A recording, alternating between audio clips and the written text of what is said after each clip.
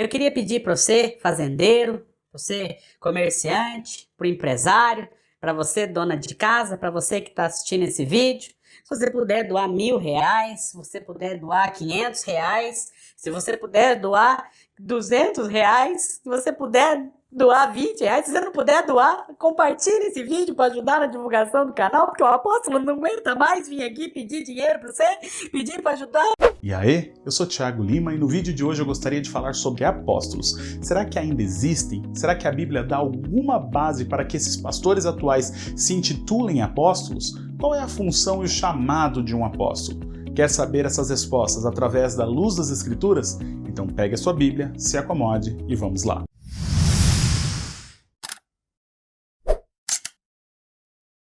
E ele mesmo concedeu uns para apóstolos, outros para profetas, outros para evangelistas e outros para pastores e mestres. Segundo William Carey Taylor, um grande missionário cristão e tradutor das Sagradas Escrituras, a palavra apóstolo significa literalmente alguém enviado, um mensageiro, e que, segundo ele, é utilizado no sentido limitado aos 12 discípulos e também a Paulo. Taylor afirma que eles foram os fundadores autorizados do cristianismo primitivo e também testemunhas oficiais da ressurreição de Cristo.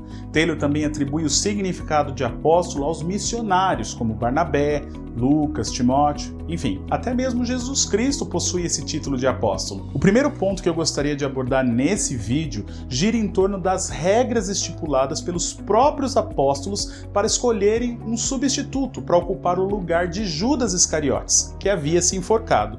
E através do texto, encontrado em Atos, capítulo 1, 12 a 26, a primeira coisa que me chama a atenção está no verso 14, que diz: todos estes perseveravam unânimes em oração com as mulheres, com Maria, mãe de Jesus, e com os irmãos dele. Os apóstolos estavam perseverando em oração, todos juntos, com o mesmo objetivo, todos esperando em Deus. Uma característica única da igreja primitiva.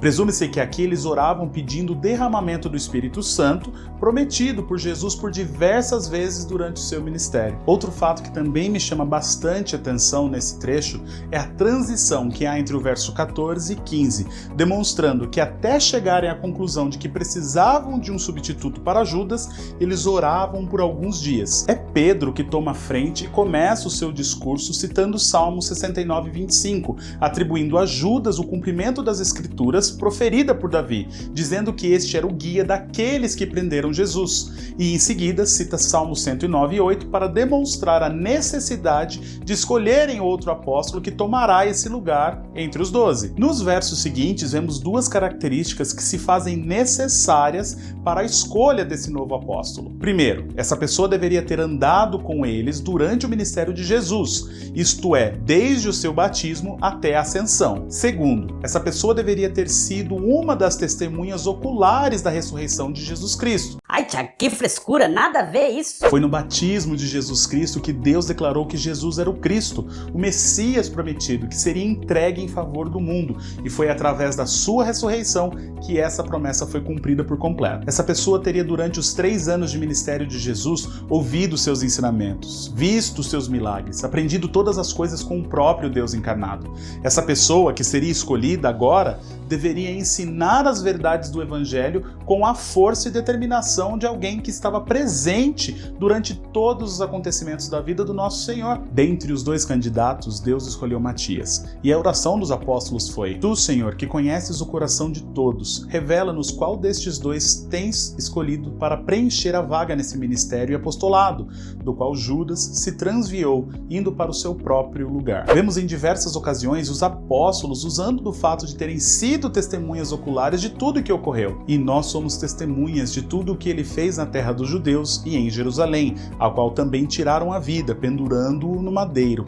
A este ressuscitou Deus no 3º dia e concedeu que fosse manifesto, não a todo o povo, mas às testemunhas que foram anteriormente escolhidas por Deus, isto é, a nós que comemos e bebemos com ele depois que ressurgiu dentre os mortos, e nos mandou pregar ao povo e testificar que ele é quem foi constituído por Deus, juiz de vivos e de mortos. Ah, Thiago, nada a ver isso daí. E o apóstolo Paulo? Primeiro, Quem apareceu a Paulo e disse: Saulo, Saulo, por que me persegues? A resposta dessa pergunta está no verso 5, que diz: Eu sou Jesus, a quem tu persegues. E vemos o próprio Jesus alguns versículos depois falando com Ananias, mandando que ele vá até Paulo e o cure, e diz até qual é o seu propósito nisso. Vai, porque este é para mim um instrumento escolhido para levar o meu nome perante os gentios e reis, bem como perante os filhos de Israel, pois eu lhe mostrarei quanto lhe importa sofrer pelo meu nome. Qual foi o resultado dessa conversão? O maior pregador do evangelho, reconhecido até pelos outros apóstolos e também responsável pela maior parte dos ensinos sobre Cristo no Novo Testamento. O ponto aqui não é discutirmos se os personagens bíblicos são ou não apóstolos de Cristo,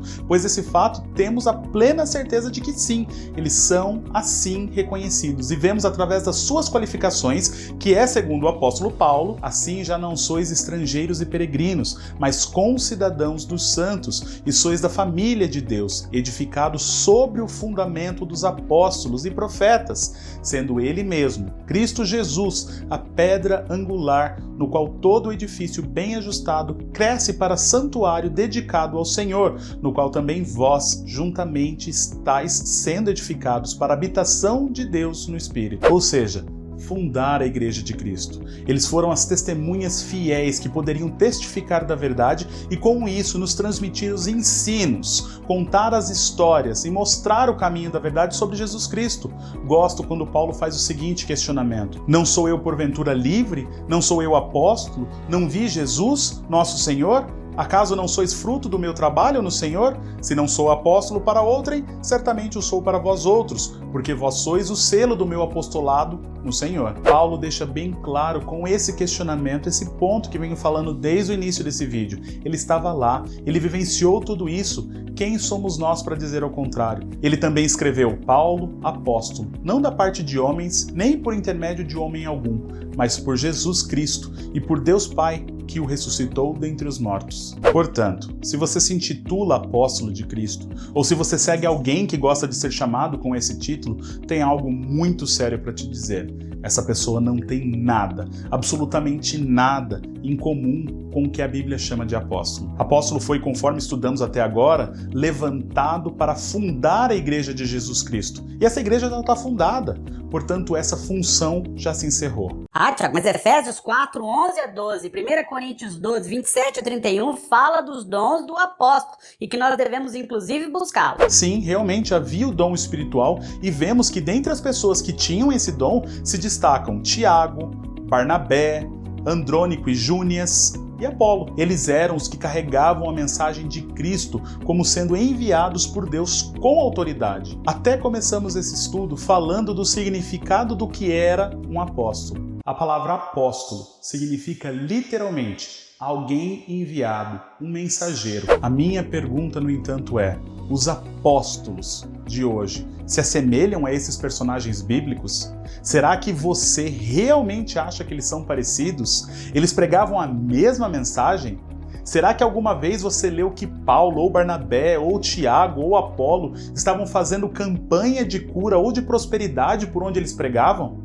Será que lemos em algum lugar que esses apóstolos bíblicos faziam apelo emocional envolvendo dinheiro em troca de bênção material? Será que eles amaldiçoariam as pessoas que duvidassem de seus títulos de apóstolo, assim como alguns têm feito atualmente? Se você realmente acha alguma semelhança entre os personagens bíblicos e os atuais apóstolos e as suas mensagens, eu te convido a ler mais a Bíblia e ser mais crítico no que você lê, pedindo a Deus que te ajude a enxergar as verdades bíblicas. Cuidado com esses que carregam consigo esse título, pois só demonstram que querem a glória e se sentirem mais importante do que transmitir a mensagem. E a mensagem da cruz é: Cristo morreu pelos nossos pecados e ressuscitou dos mortos, para nos dar a viva esperança da salvação eterna. Obrigado por assistir esse vídeo, espero que tenha te ajudado a ter discernimento bíblico sobre esse tema. Compartilhe se você acha que pode ajudar alguém a ver essa verdade e ser transformado pelo Evangelho de Jesus Cristo. Que Deus te abençoe e até o próximo.